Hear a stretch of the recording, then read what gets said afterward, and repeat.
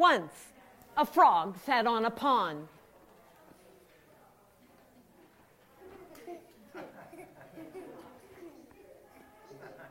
Looking across the water to the field beyond, there he saw an ox, sturdy and strong. How I wish I were he, for that I long, for he was no bigger than a chicken's egg. He had puny little froggy legs, and so he stretched and swelled, and as he did, he yelled to the other frogs, "How much further should I go? Is this big enough?"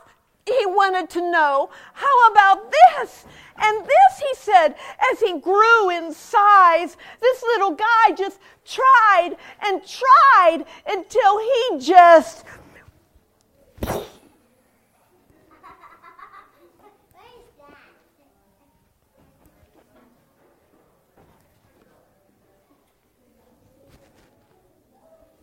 blew up and died.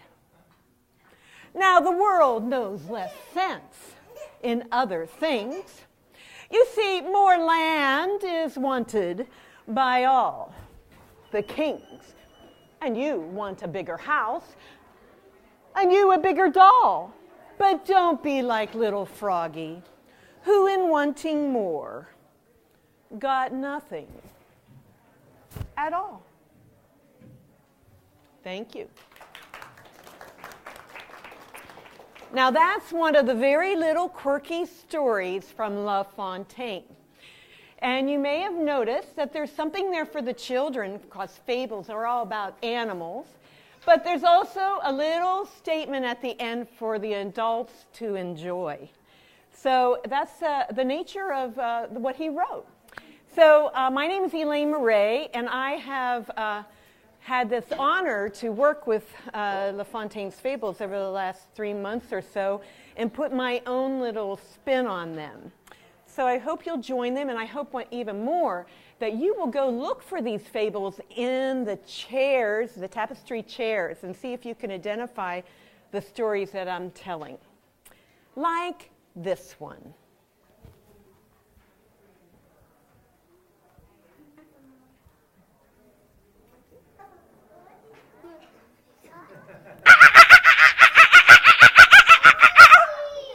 Bertrand was a monkey, and Ratter was a cat. And they were les meilleurs amis, the best of friends. They lived under the same roof. They had the same master. They played together. They ate together. And they got into trouble together. You see, well, as you saw, Bertrand was always running around stealing things. But as for Ratter, well, he cared more about du fromage than du mice. They were a pretty useless pair. Now, one thing they did have in common was the master's servant, who spent all of his time cleaning up after Bertrand and Ratter, that he swore one day he would get rid of them for good. But so far, Bertrand and Ratter had been too smart and too fast for the master's servant. Well, one evening, as a heavy snow began to fall, the master decided that he would very much like to have des marrons rôtis, roasted chestnuts. And so the servant dutifully lit a fire. And as it died down into glowing embers, he threw the marrons in and went into the kitchen to make some hot chocolate. Well, who should come in at this very moment but Bertrand and Ratter? Well, Ratter, he's just very comfortable to sit in front of the fire and have himself a good purr with his eyes closed. But not so with Bertrand.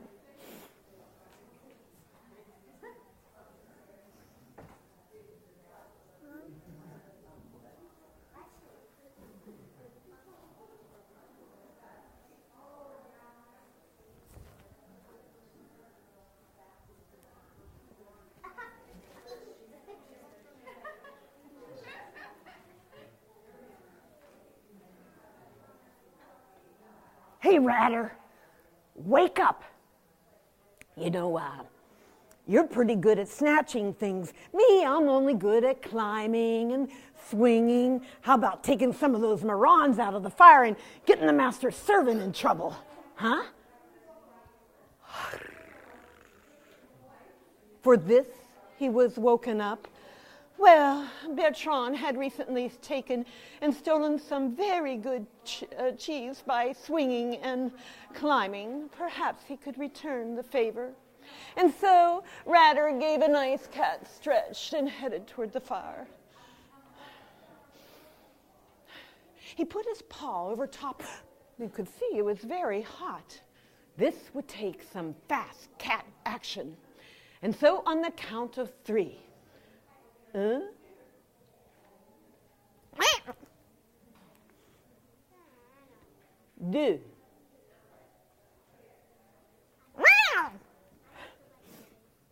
Et 3. Up in the air went not a marron but a burning ember right into Bertrand's open mouth.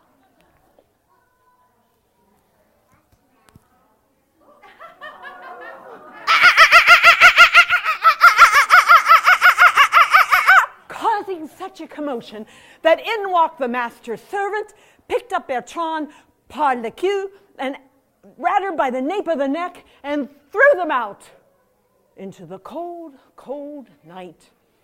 And that was the end of their comfortable life and their friendship. So what would La Fontaine say about this for the adults in particular? Princes, he said, are not satisfied to live uncomfortably. Why burn your fingers for the profit of the Monkey King? Thank you.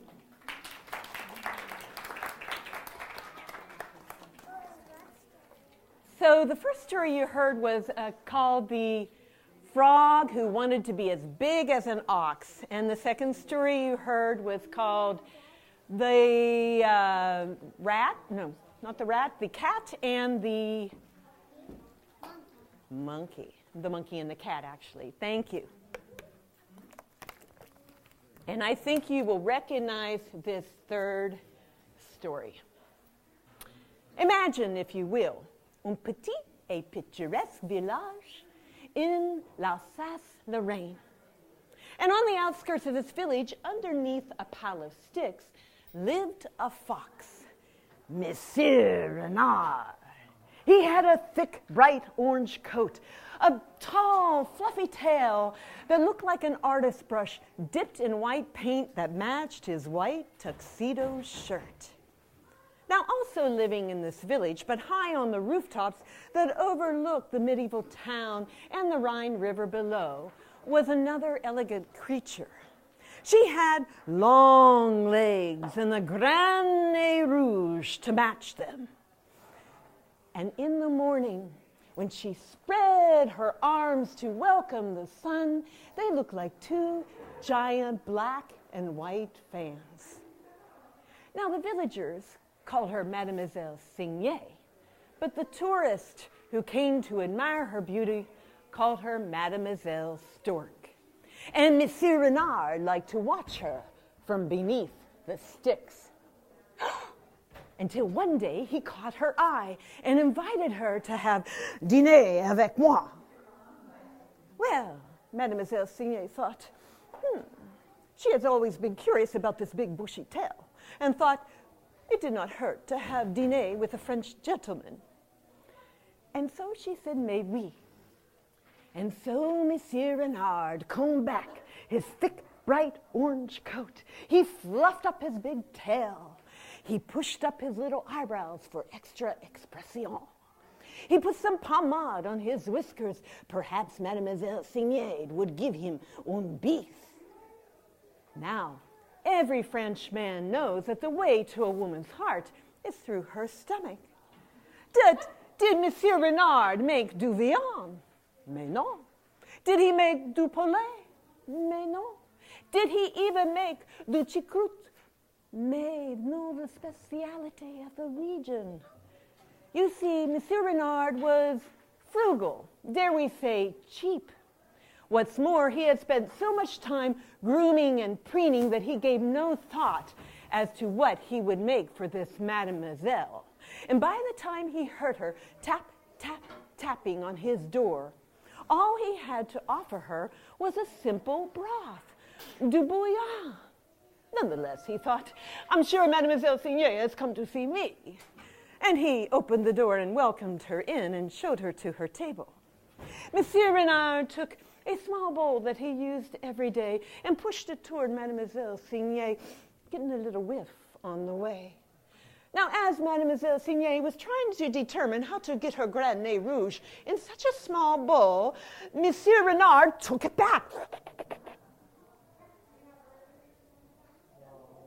And Mademoiselle Signet got rien du tout. Nothing at all. She thought, I see he is from sous des batons, from under the sticks, and off she flew to her grand maison that overlooked the medieval village and the Rhine River below. As for Monsieur Renard, he continued to watch her from beneath the sticks. Now, do you think Mademoiselle Signet forgot about how she had been insulted? Mais non. Several months had gone by, and then one morning, as Mademoiselle Signet was spreading her wings wide, she caught Monsieur Renard's eye, and she invited him to come for dîner avec moi. Ah, notre bonne chance, Monsieur Renard. So he combed back his thick, bright orange coat. He fluffed up his tail until it was taller than Mademoiselle Signet. He pushed up his little eyebrows. He put some pomade on his whiskers. Perhaps Mademoiselle Signet would give him un bis maintenant. And Monsieur Renard set off for her home. Now, as he was crossing the rooftops, he could smell a sweet aroma wafting up towards his nose and thought, oh, I think Mademoiselle Signet has prepared du bouillabaisse for me. Mademoiselle Signet welcomed Monsieur Renard in and showed him to his table. And then taking a small bowl big enough for his petit nez, she indeed had made bouillabaisse, and she filled it up to the brim and took it over to Monsieur Renard, pushing it ever so close to him. As she did, Monsieur Renard could feel his senses being filled with the thoughts of un bis, l'amour, du bouillabaisse.